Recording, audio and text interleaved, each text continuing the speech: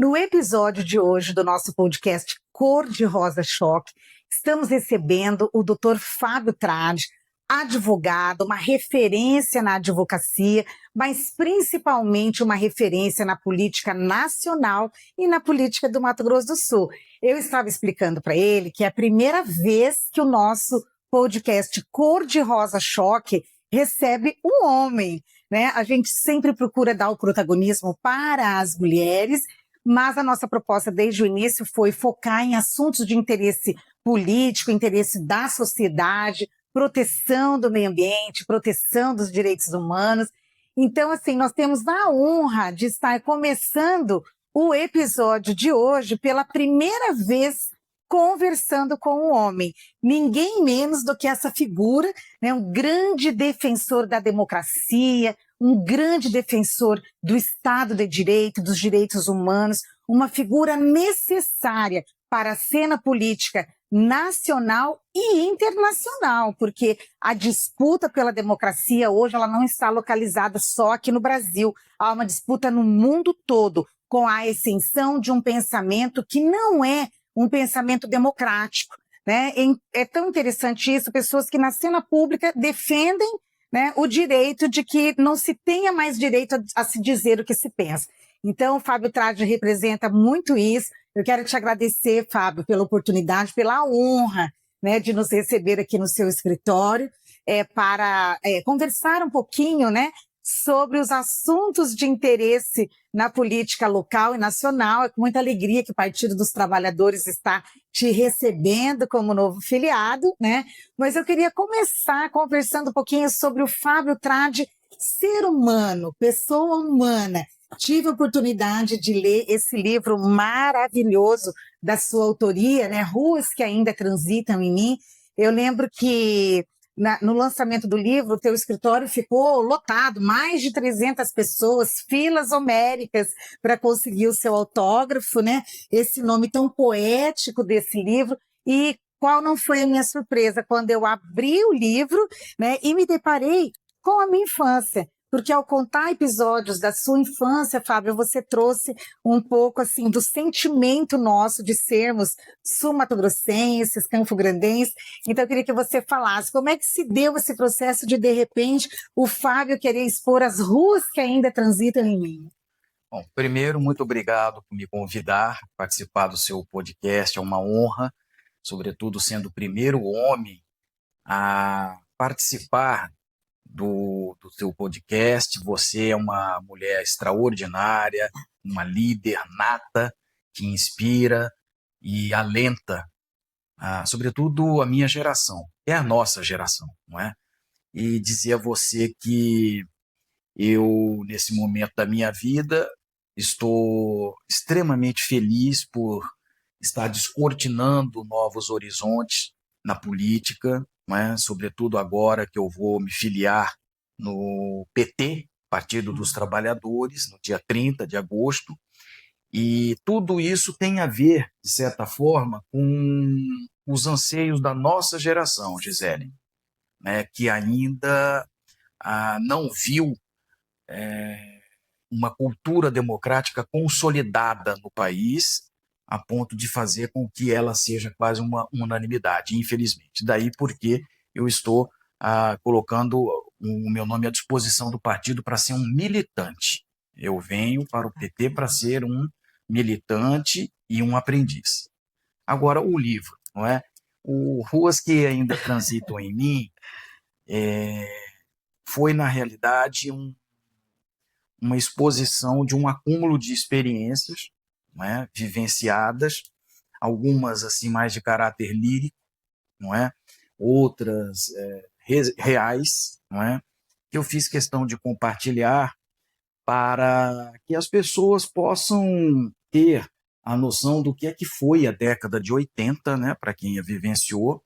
Eu costumo dizer que quem passou a adolescência na década de 80 é um sobrevivente, porque aprendeu a viver em regimes de transição. Nós saímos da ditadura e ingressamos, assim, ainda numa experiência muito recente na democracia. Vimos em 87, uma Assembleia Constituinte em 88, nasceu em nossas mãos, a nossa geração, a Constituição Cidadã, hoje tão machucada, tão agredida, né? De maneira que eu resolvi já, com 54, 55 anos, escrever, e espero que você tenha gostado como leitora, não é? Enfim, se Gostei identificado. muito, li numa sentada. Que A bom. única coisa ruim do livro é que acaba muito rápido a leitura. Li numa sentada. Recomendo fortemente o livro, é uma leitura assim, é, muito lúdica, né? Que traz assim a história de um menino muito sensível, né? Um menino que vê a vida com um olhar colorido, né? Um olhar de alegria. E está à disposição lá na livraria do Shopping Campo Grande. Quem quiser adquirir esse livro, recomendo fortemente. Ali a gente vê o Fábio, o ser humano.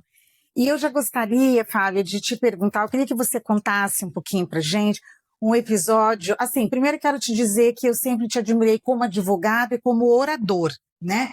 Mas você teve uma atitude em um momento da história brasileira que eu ali, para mim, você deixou de ser o Fábio e você passou a ser o mito, porque você teve uma coragem no momento tão delicado de chamar os seus pares, você como deputado federal, para fazer uma caminhada, né, do Congresso Nacional até o STF, num momento que envolvia a liberdade de um grande líder da história do Brasil, que é o presidente Lula. Então, eu queria que você contasse um pouquinho para nós como que foi isso. A turma da Lava Jato, que depois foi reconhecida pelo Supremo Tribunal Federal como uma turma parcial, não é, na condução do processo que envolvia o ex-presidente Lula, queria porque queria transferi-lo para o presídio de Tremembé. Na verdade, o objetivo era amesquinhar a imagem do ex-presidente na época, atual presidente Lula. Raspar a cabeça dele, colocar uniforme de preso e divulgar internacionalmente o Lula humilhado, o Lula rebaixado. Ali eu percebi que estavam, na realidade, praticando crimes a pretexto de aplicar a lei. E eu, então, como deputado federal, eu me senti no dever moral de impor uma tomada de posição política. Foi uma virada de chave, na realidade, na minha vida política. Porque se eu não agisse daquela forma, eu não conseguiria me olhar no espelho. Essa é a verdade. O líder do meu partido, André de Paula, perguntou-me: você sabe a consequência de um discurso favorável ao Lula hoje? Eu falei: sei. Ele falou: você está preparado para assumir essas consequências? Eu falei: estou. Ele falou: então vá e faça o que é certo. E o que é certo eu fiz. Eu expus ao presidente, na época, o ministro Toffoli, que, na verdade, não estavam fazendo justiça a Lula, estavam querendo justiçamento, vingança, represália, não é? Repito, amesquinhamento da imagem do presidente Lula. E, além do meu pronunciamento, houve outros de lideranças partidárias, inclusive de centro-direita, perfeito? Estava, por exemplo, o atual deputado Marcos Pereira, não é?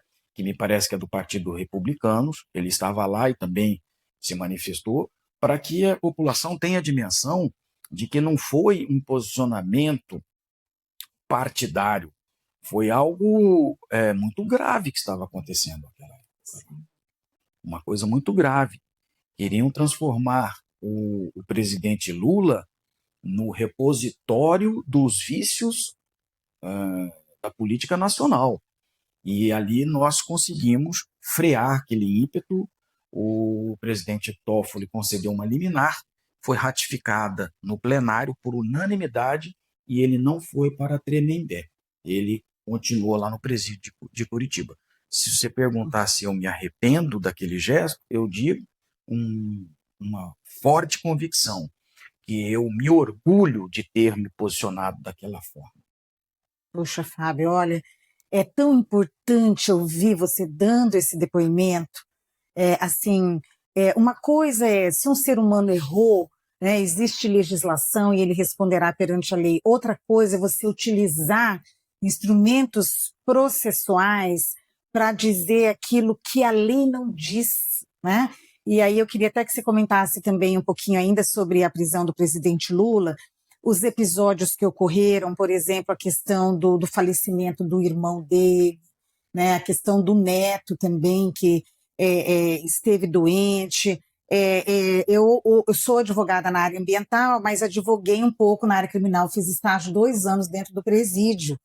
E, assim, para nós que temos alguma formação nessa área, causava arrepio, porque alguém não poder ir a um velório de um parente próximo, né? E você, como advogado criminalista, como que você viu toda essa situação? Com a constatação de que o que estava em curso não era aplicação da lei penal, era um processo de extravasamento de ódio e preconceito contra uma figura pública que representa o povo brasileiro na sua imagem, no seu formato mais autêntico. Há muito preconceito ainda das elites em relação à figura do presidente Lula, como também há um enorme preconceito por parte de setores da sociedade em relação ao PT. Eu penso que a minha filiação ao PT, um dos objetivos que eu quero me impor, né, para determinar o alcance da minha vinda ao partido, é mostrar que muito do que pensam no PT, em termos negativos, não é verdadeiro. Não é verdadeiro. Porque o PT tem uma identidade que nenhum partido tem. E eu, recém, egressei do PSD. Então, eu estava dentro do furacão e eu vi. Eu não estou falando de alguém de fora, como alguém de fora. Eu vi. O PT tem algo que nenhum partido tem, que é um comprometimento visceral com o maior problema do Brasil, que é a distribuição de renda desigual, que fomenta a pobreza, que multiplica a miséria. Nenhum outro partido tem esta preocupação que está no DNA, na raiz da agremiação partidária. Então, eu posso dizer a você que não ir a um velório do irmão condicionar a, a ida ao velório do neto a uma série de restrições, como foi a decisão do ministro Toffoli, né, infelizmente, fez parte, né, todas essas interdições de direitos, elas fizeram parte desse processo de extravasamento de ódio. E depois a Vaza Jato mostrou claramente nos áudios, nas mensagens do pessoal de Curitiba, como é que eles se referiam ao avô, como é que eles se referiam ao irmão, que já não era o ex-presidente, ele era uma pessoa, um ser humano, um deboche, perfeito? Um ódio, tá certo? Que é a raiva maligna, né? A raiva racional maligna, que é o ódio. E isso foi inadmissível, foi um período assim de embriaguez moral da sociedade brasileira quando se deixou levar por esse preconceito em relação ao Sim. presidente Lula. Graças a Deus, e a minha formação, eu não comunguei e estive do lado certo da história. Então, aqueles que estavam debochando do Lula, hoje estão no rodapé da história. E o avô, o irmão que não pôde ir ao velório, hoje preside o Brasil e é um dos líderes mais respeitados do mundo. Sim, Fábio. Eu me lembro que nesse episódio da Vaza Jato, eu fiquei assim muito chocada, né, com a postura do Sérgio Moro, porque eu sou filha de advogado, né? O meu pai, o Wilson Melquiades de Carvalho, já falecido, foi um advogado militante, né, na área criminal lá em Corumbá, né, a cidade que é ali a grande referência do nosso Pantanal, né, aqui no Mato Grosso do Sul. E o meu pai, ele sempre nos fez, né, como filhos, termos assim uma imagem do juiz como sendo aquela figura que seria o mediador dos conflitos, seria a figura mais sábia, mais preparada para dar a última palavra nas situações de conflito. E eu nunca quis ser juíza. Meu pai falava: você é tão inteligente, por que você não faz um concurso para juíza? Eu falava: pai, eu não posso, porque é uma missão tão grande que eu acho que não é o meu perfil. Eu não me sinto assim à vontade para ter que deliberar no caso de um conflito, quem está certo, quem está errado. Eu acho que é uma missão que é como é, como um Deus, né? Quer dizer, aquela sabedoria de Salomão, né? De definir a questão da criança, se ficaria com qual das mães, das possíveis mães. Eu acho que aquilo ali melhor traduz a missão do juiz.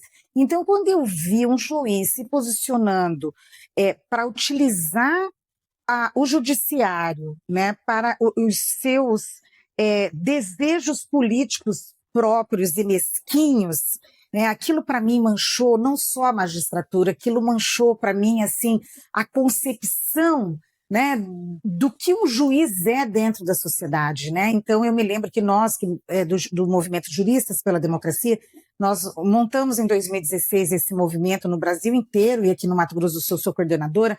Juristas pela Democracia foi um movimento que tentava impedir o golpe que derrubou a Dilma e também que tentava defender, né, os princípios de direitos fundamentais que estão na Constituição. E nós fizemos um adesivo para carro, né, fora Sérgio Moro, numa época em que as pessoas tinham o Sérgio Moro assim como uma grande referência da verdade, né? Então tivemos colegas que tiveram até o carro arranhado por causa do adesivo. Eu também, uma vez na saída de um supermercado, fui atacada, né, por uma pessoa, né? Mas nós não nos calamos, né? Porque de fato ali a gente via que tinha algo errado. Não era a justiça sendo feita, era o que você falou, a vingança, né? Um sentimento assim que não se coaduna, né, com aquilo que o Estado democrático de direito preconiza, e nós, advogados, somos essenciais, né, dentro desse contexto, não é verdade? Então, eu acho que é muito importante tudo isso que você está colocando. E eu queria te fazer uma pergunta, Fábio. Eu lembro que você, quando começou a assumir essas posições na defesa das prerrogativas que todo cidadão deve ter dentro de um processo judicial, você passou a ser muito atacado nas redes sociais, e aí algumas pessoas começaram a te chamar de comunista. Você é um comunista, te xingando como se isso fosse algo ruim, né?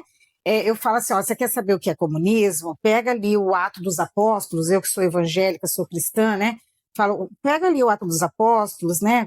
Que conta como era a igreja primitiva, vendiam tudo que tinham e traziam a congregação dos justos. É isso que é comunismo. Se você acha que isso é bacana, ok, né? E eu lembro que um dia até eu entrei lá e falei assim: o Fábio não é comunista, eu sou, ele não é. Eu coloquei lá te defendendo e tal. O PT, na verdade, ele não é um partido comunista, né? O PT é um partido, eu diria, de centro-esquerda, né? Temos dentro do PT, sim, pessoas que são comunistas, pessoas que são socialistas, professores universitários que têm esse tipo de posição.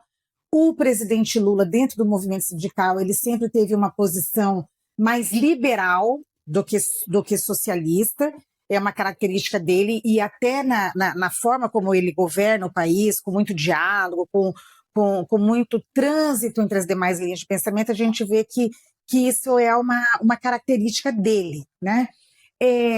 Nós, petistas, estamos vendo a tua vinda para o PT como uma possibilidade de ampliar esse espectro de esquerda.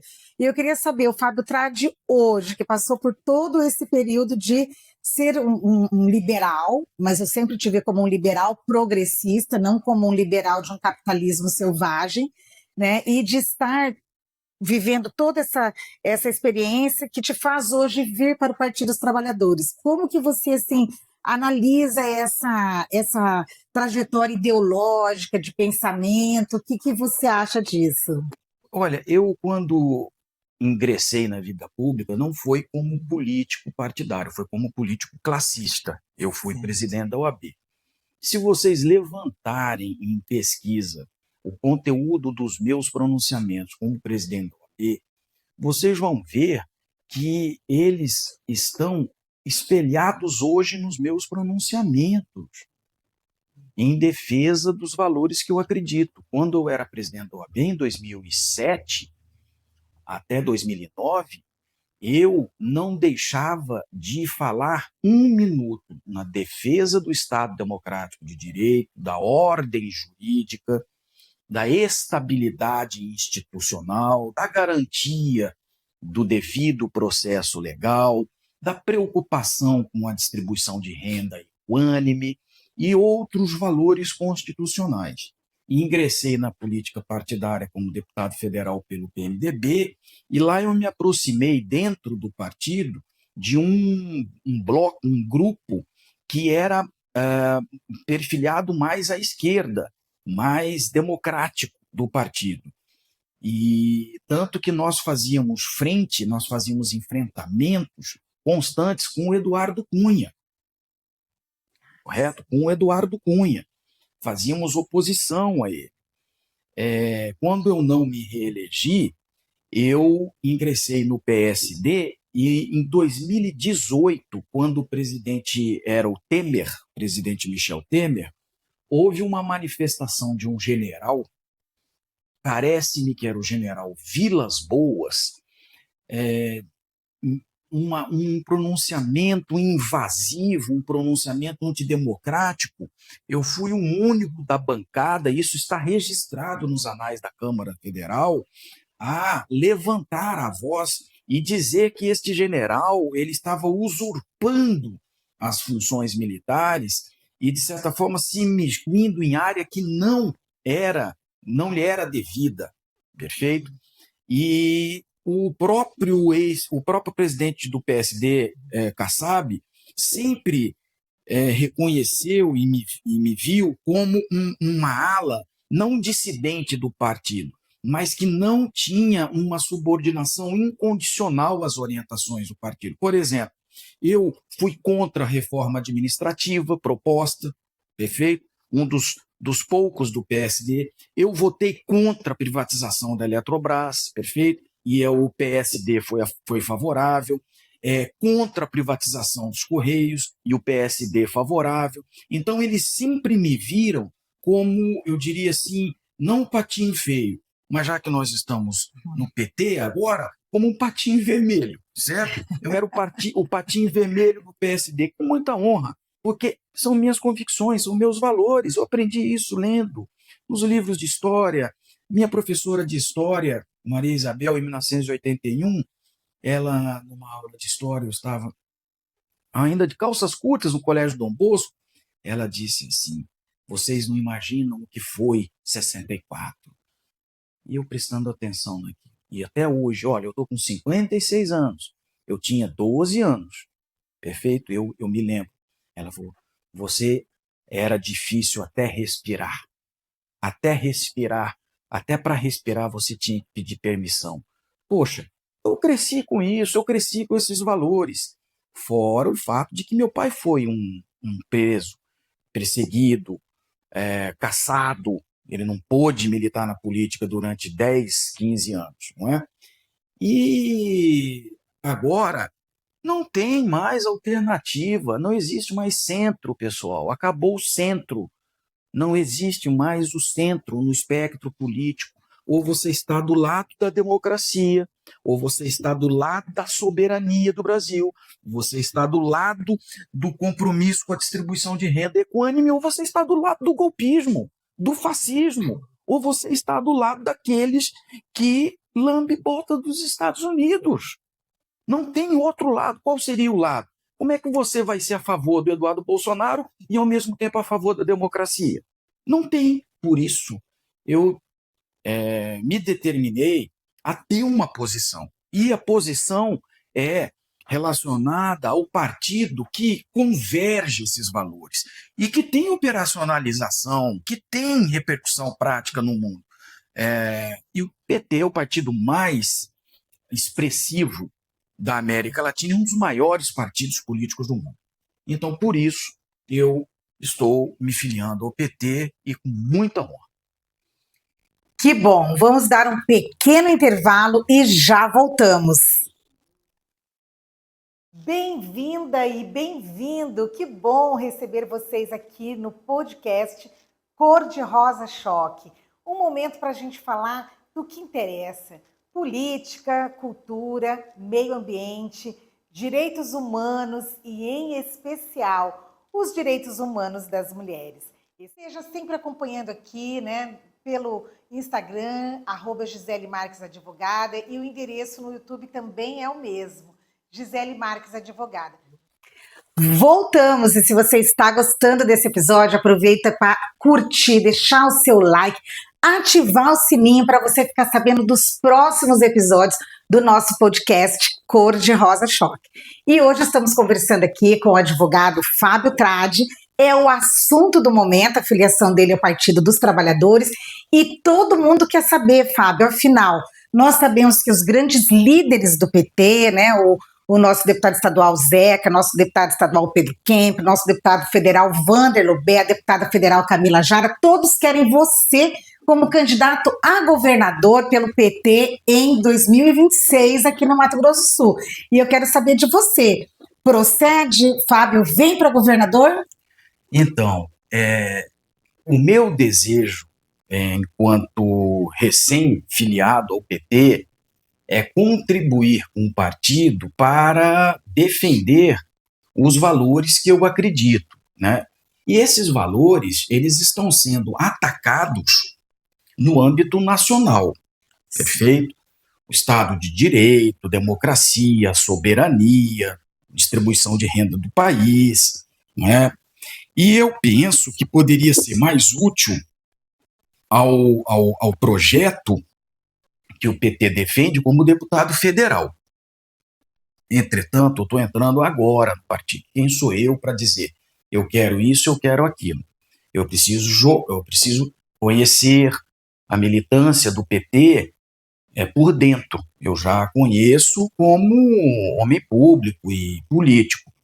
Mas eu devo dizer a você, Gisele, que existem outros nomes capacitados para assumir também a pré-candidatura ao governo do Estado. Porque se nós vamos construir uma frente ampla em defesa da candidatura à reeleição do presidente Lula, e isso é um fator já que não se discute, porque nós vamos criar, nós temos nomes, por exemplo, nesta frente ampla da ministra Simone. Por que não? Ela, aliás, tem mais experiência do que eu na área administrativa, porque foi prefeita de Três Lagoas, agora é ministra do presidente Lula, do governo Lula, poderia empolgar esta oportunidade. Mulher, não é? Ela também, como você, não com a mesma paixão e o mesmo ardor com que você defende, mas ela também atua firmemente em defesa das causas da mulher no Brasil. Ela poderia ser a nossa candidata. A questão dela ser esposa de um membro que hoje está no primeiro escalão do governo Riedel não me parece um fator impeditivo, porque eu também tenho um irmão, perfeito, parente, que está apoiando o atual governador, perfeito? Outros nomes capacitados também podem pleitear. O próprio Marquinhos Tradi, ele está no PDT, não é? Mas ele também fará parte da frente ampla, não é? E seria a oportunidade dele mostrar à população do que esse grupo que está no poder é capaz de fazer numa campanha, porque ele foi absolvido mesmo sem ter processo criminal daquelas acusações que foram forjadas e fabricadas. Outros nomes também dos movimentos sociais, não é? Dos movimentos que estão militando diretamente a causa do PT, podem estar no interior ou na capital, podem estar à frente desta responsabilidade. Eu não me descarto, não é?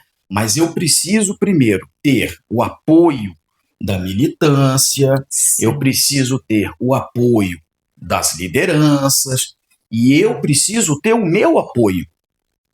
Sim. Por enquanto, eu não me apoio como candidato a governador.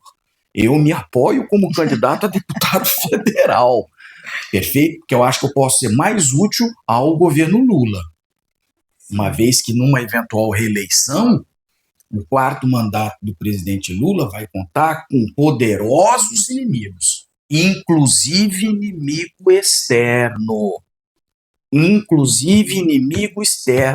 Que tudo fará para desestabilizar o país.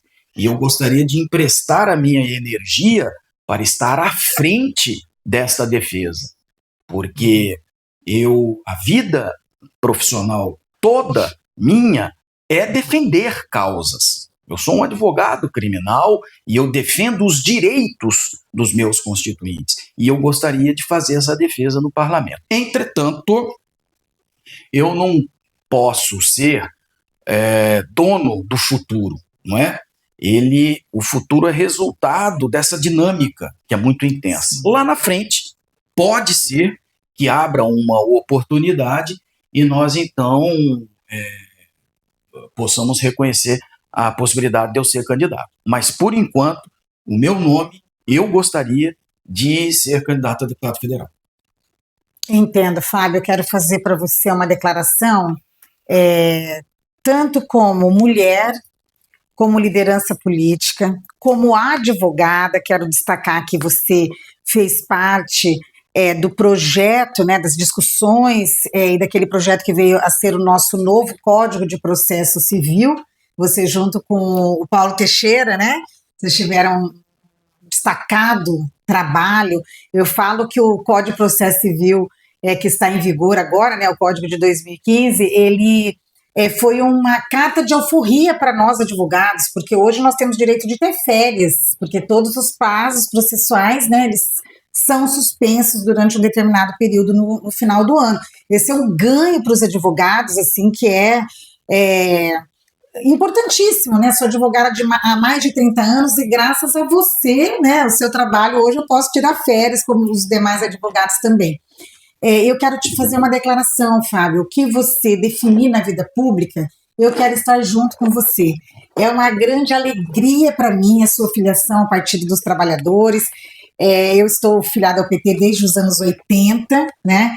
Eu falo que é um casamento do qual eu nunca me arrependi, né? O PT tem problemas, sim. Todo agrupamento humano tem problemas. Se você congrega numa igreja, ou se você congrega numa igreja, na igreja tem problemas. Se você está numa associação de moradores, até mesmo os moradores de um prédio, né? Quando tem reunião de síndico, a gente vê que tem muito conflito.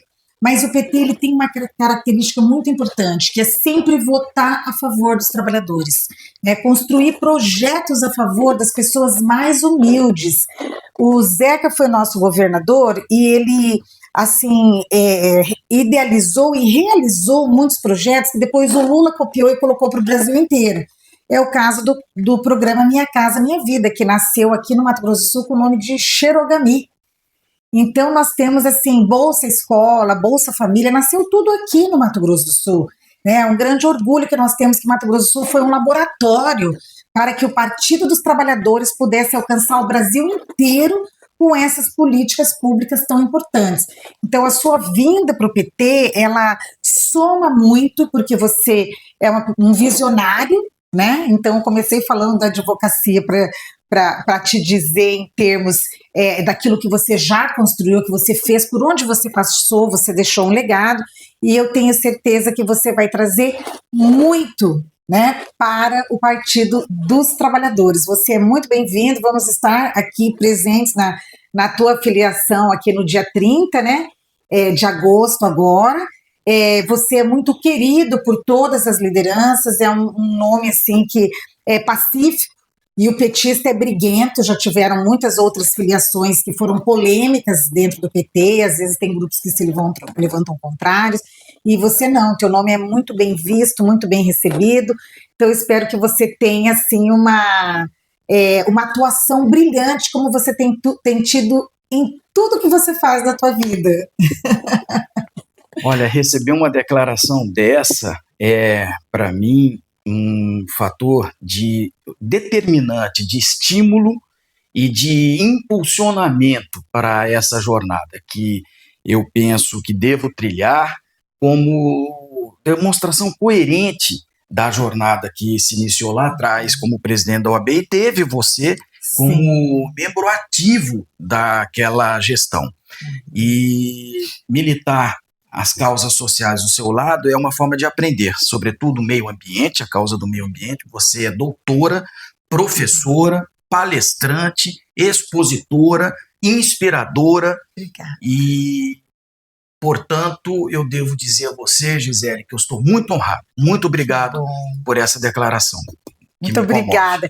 E olha só, antes da gente encerrar, eu queria confidenciar um segredo. Hoje, quando eu me aprontei para vir para a gravação desse podcast, eu senti vontade, né, de colocar a estrelinha do PT.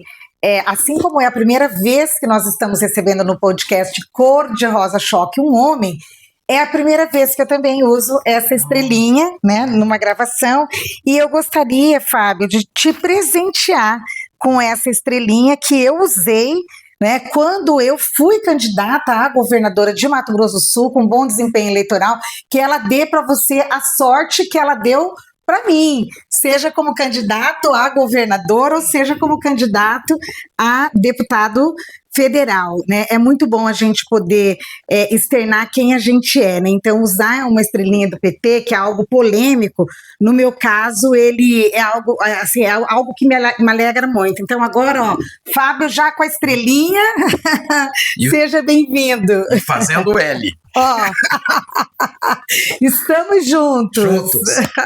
Obrigado. Obrigada, Fábio. Eu acho que é a primeira estrelinha que você ganha, não é? Essa aqui agora já. Isso aí, gente, ó, fiquem de olho, acompanhem aí a trajetória do nosso Fábio Tradi no Partido dos Trabalhadores. Ele vai vir ou para governador ou para deputado federal. Aproveite para conhecer a história dele, para conhecer a sua trajetória, tudo que ele já fez pelo Mato Grosso do Sul, por você e pelo Brasil, tá bom? Se você quiser deixar umas palavras finais também. Muito feliz. E vamos em frente. L no coração e viva o Brasil! Viva o Brasil!